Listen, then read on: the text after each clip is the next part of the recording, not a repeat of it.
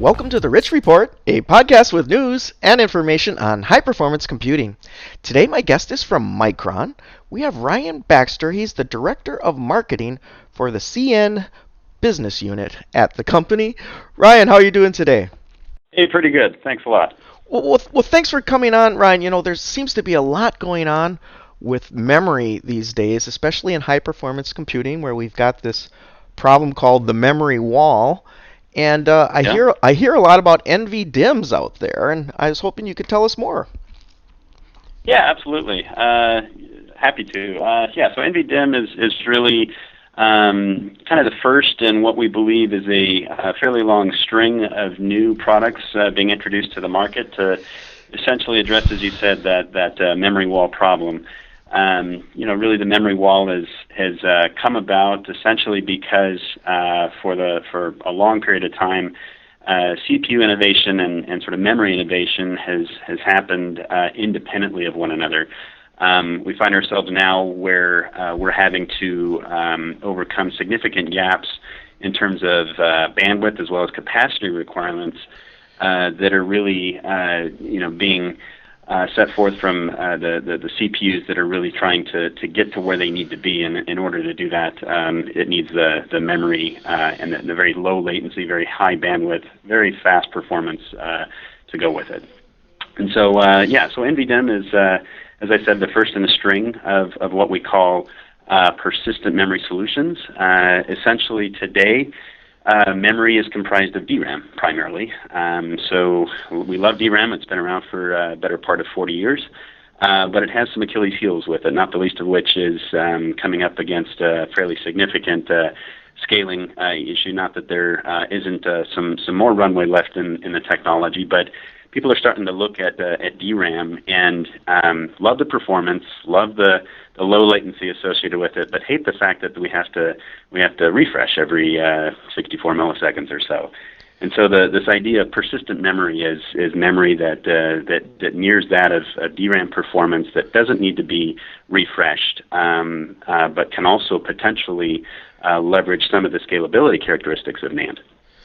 Yeah, and that refresh, it becomes, in these big clusters, people might not be aware of this, but a huge power concern, right? Because that takes Absolutely. it takes Yeah. energy to do that, doesn't it? Yeah, absolutely. So as DRAM component density increases, you really didn't see it much moving from 2 gigabit to 4 gigabit, but it really starts to compound itself moving from 4 gigabit to 8 gigabit on into 16 and 32. It really starts to become an issue. You find yourself fairly quickly doing pretty much 80% of the time refreshing, which tends to cause you a lot of power consumption problems, but also it starts to impact performance as well. And so when you're refreshing, you're not reading from or writing to the cell, and so the idea of getting away from that refresh is something that persistent memory promises to do. NVDIMM essentially leverages DRAM, which you still need to refresh, but it also uses NAND, which is something you don't need to refresh. NAND, we know, comprises today's SSDs and has along with it some really nice scaling characteristics, but doesn't really approach the performance points of DRAM. What we're trying to do with NVDIMM is really kind of bring the best of both worlds together, where you can actually use the NVDIMM like a storage device, but right on your DRAM bus. It's albeit lower density than what some of the future persistent memory solutions promises to provide, but it's at least a start, and a lot of folks are actually using it to quote unquote pipe clean the application in the OS stack, so that once these persistent memory solutions, these kind of DRAM replacement or DRAM augment solutions come onto the market that you don't necessarily need to refresh, the software will be ready to go. And so that's certainly the way that we're positioning and looking at NVDIMM today. Okay. Well, I probably have a number of questions, but you might answer them in your slides. So I've brought those up. Sure. Why don't we go through that, and we'll do a Q&A at the end. Yeah, absolutely. Slide 2 essentially talks a bit about who we are today. We continue to focus on innovating by producing the world's greatest NAND, DRAM, and NOR technologies.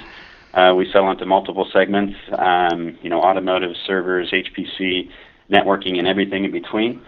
Slide number 3 gives a little bit of a snap regarding where we are today. We're really just starting to ramp our 20 nanometer DRAM technology. This really moves into the server and HPC spaces quite well, and toward the later part of 2016 that's in the client space. We're right around the corner and actually have 1X and 1Y nanometer DRAM solutions in our R&D fabs today, and look forward to ramping that toward the early 17 timeframe. From the NAND perspective, vast majority of NAND sold today is still that planar NAND. It's a TLC 16 nanometer NAND that we're working on today and ramping actively. We're really excited about the first generation 3D NAND that's coming into the market just at the first part of 2016. Promises some very, very nice scalability characteristics, as well as some really nice performance benefits. As we look at the DRAM and NAND roadmaps, you arrive to the conclusion very quickly that scaling in the X and Y direction is fairly limited. There's sort of a short runway associated with that scaling in both technologies. So we're always looking at packaging technologies, which allows us to scale in the Z direction. And so HMC, or the hybrid memory cube, is actually a very good example of some of the packaging innovations that we're applying to our standard technology R&D to essentially scale and bring a lot more capability to our standard solutions. Finally, new memory technology. We're looking a lot at kind of what's the next generation technology look like, both in terms of the scalability factor, but also the technology that provides some significant performance benefits over the standard status quo. 3D XPoint is one of those technologies we've co-developed with Intel and actually announced late last July.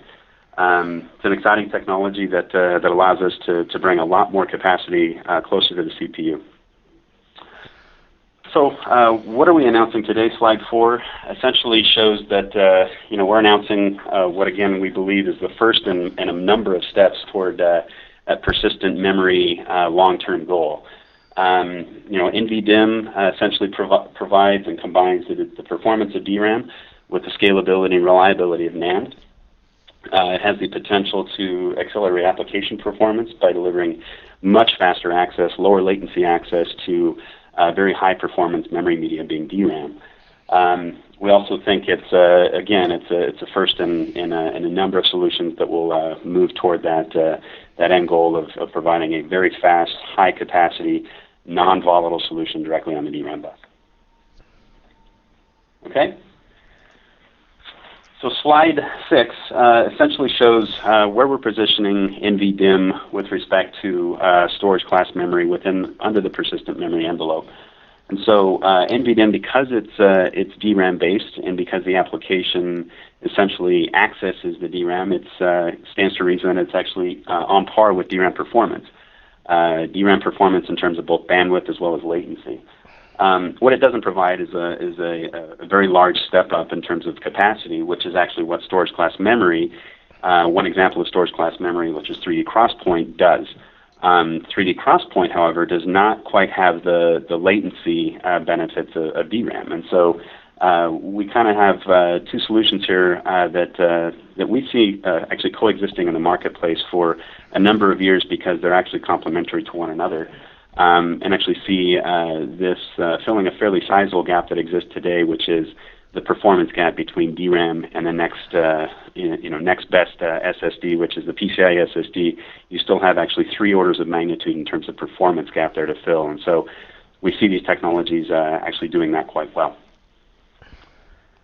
Slide number 7 essentially shows kind of a real-world example of what we mean by latency differences, and it kind of illustrates what this performance gap looks like. Again, this case is a latency case where we take a real-world example of, for instance, creating or making a pizza. So we're taking, we want a tomato as an ingredient in that pizza. If you have to run to your fridge for that ingredient, for that tomato, it would take you right around 6 seconds. We liken that to essentially the round trip it takes from a memory controller to go out to DRAM and back. If we take that same analogy and say, okay, what if we can now compare that to the fastest PCIe SSD? Well, that 6 seconds turns into 2.2 hours. You're not only going to your refrigerator, you're probably going down to your local farmer's market to get that tomato. And God forbid if you have to go out to your hard disk drive, even the fastest hard disk drive, you're not measuring that latency in hours or with a watch. You're probably measuring it with a calendar, because that's going to take you 46 days. So we're really talking about vast differences in terms of the gaps of performance, specifically latency in these cases. So slide number 8 essentially tells you a little bit about how people are using NVDIMM today. Case number 1 is actually a case that was brought to us by a hyperscale customer. They had a problem where they had a persistent variable that was very important to one of the applications that they were running.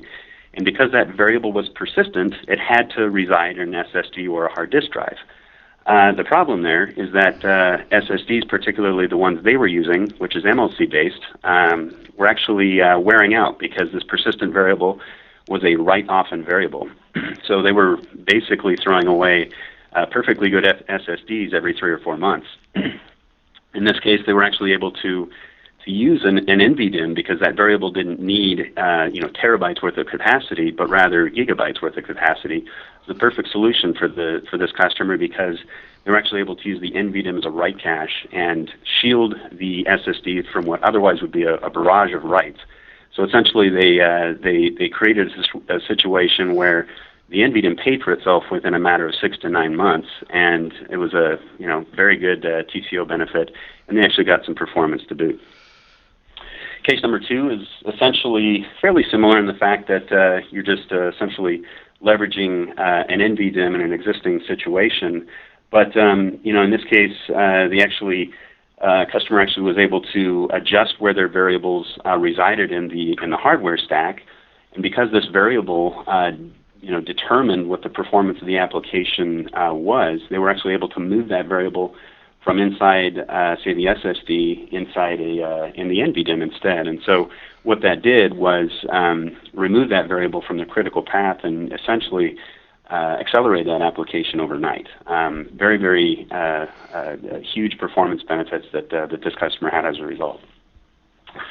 Case number 3 is a case where you're looking at high availability storage, where you need to essentially save the same data in 2 different locations. And the way you do that today is you use 2 of the exact same server nodes with storage attached, and you generally use very expensive, fairly performance inefficient high-end RAID cards. And so the data is committed to memory and essentially transferred from the master node to the slave node via that RAID card through likely a 10 gig connection, and an acknowledgement from the slave happens to the master, and you've essentially got 2 copies of data written. Again, that whole process takes potentially on the order of several hundred milliseconds depending on the system settings, but you can essentially accomplish the same exact task by using 2 NVDIMMs and essentially removing all of the RAID hardware that you would otherwise need, and basically save yourself a couple of $1,000s in the process, and likely accelerate that process by a couple of orders of magnitude. You can do this the same process in a matter of potentially a few microseconds versus milliseconds. So again, these latency differences tend to add up, and when you look at this inside a data center, which might have 100,000 servers doing the same thing, it's a very, very large savings in terms of allowing the CPU to do the work it was designed to do rather than wait for information to be transferred. Okay? Yep.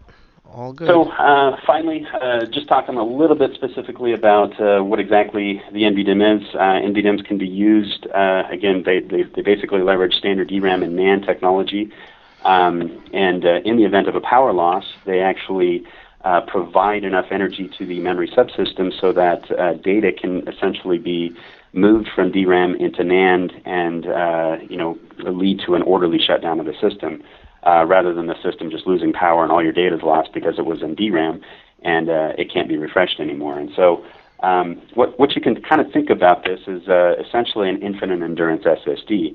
you know that in any case, whether you lose power or you can do a save restore on the NVDIMM through software commands and whatnot. You can actually keep your data safe no matter what, and it's really something that an SSD is very good at as well.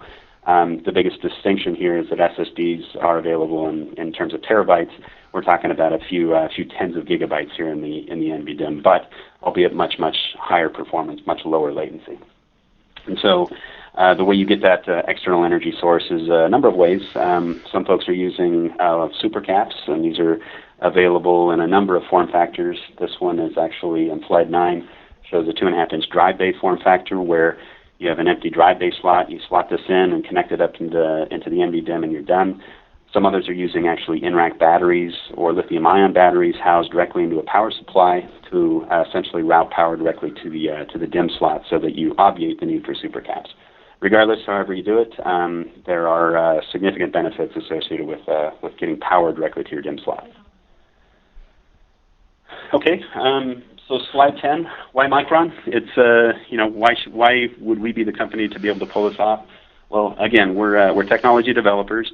We develop the NAND, we develop the DRAM, we develop the persistent memory that follows it up, and so we can start to incorporate quite a bit of features that a non-technology developer wouldn't be able to incorporate. Things like a novel switch mechanism within the DRAM that significantly saves on your BOM cost associated with an NVDIMM, where you didn't have that switch mechanism.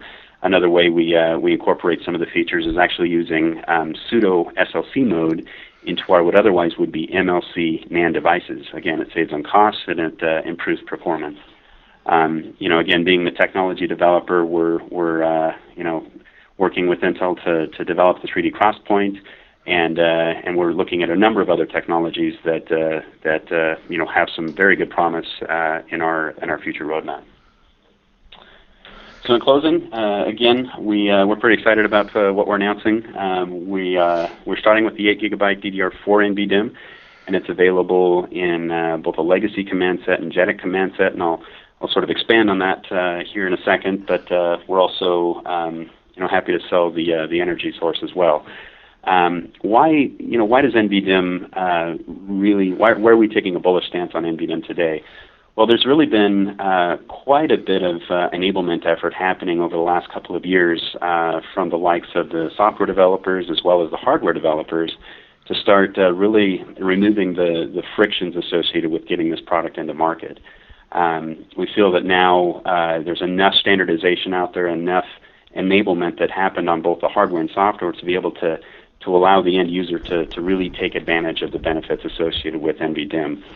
We're starting with 8 gig. We're moving to 16 gig very quickly in the first half of 2016, and looking at 32 gigs and beyond, in the latter part of 16 and early 17. So, with that, I'll go ahead and open it up to questions.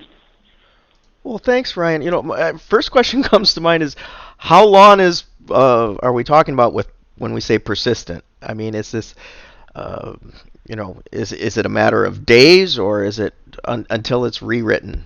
What would you say?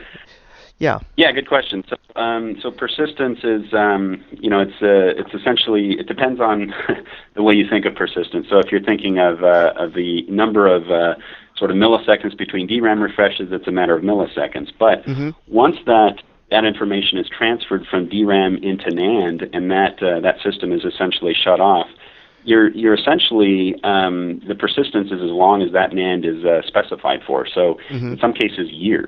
Yeah. So you can have a power fail in, I don't know, say 2015, and come around in 2018, turn that server back on, and you should be able to essentially pick up where you left off 3 years earlier. I see. Terrific. I mean, I've always thought that's how computers should work, right? So kudos to you there. So you've got increasing densities coming up. What other kinds of things are your customers asking for besides increased density? Yeah, so obviously increased performance. You talk about the memory wall.